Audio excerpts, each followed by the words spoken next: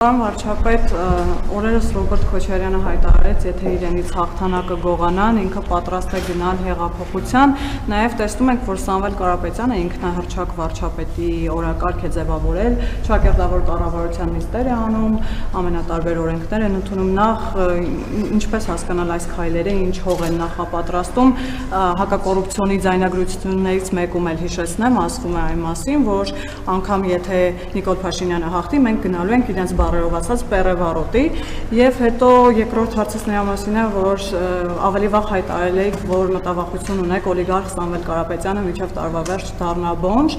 Օրերս Սամվել Կարապետյանը Factor TV լրագրողին ասաց, որ չի պատրաստվում պատասխանել նրա հարցերին, որովհետեւ կարծում է դուք նրա հետ փայ եք մտել, որովհետեւ ասում է ամեն անգամ ձեր հարցերին պատասխանելով վարչապետը ինձ դատի է տալիս եւ մեծ գումարներ կրում, ինչպես հասկանալ նաեւ այս հայտարարությունները, արդյոք կարող ենք ենթադրել, որ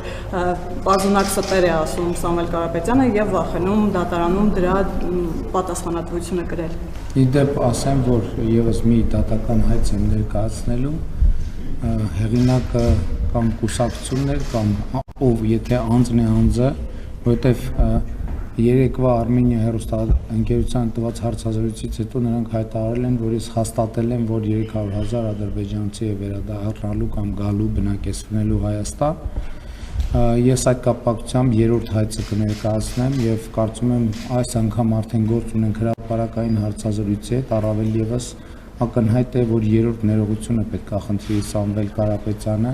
եթե նա արդեն սկսել է անհանգստանալ դատական հայցագնի վերաբերյալ, նշանակում է իր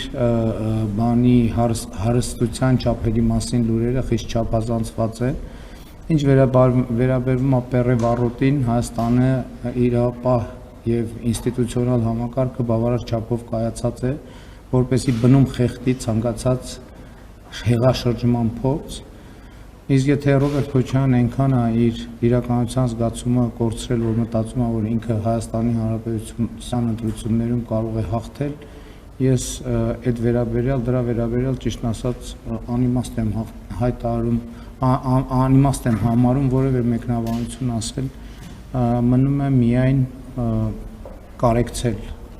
այդ մարդուն։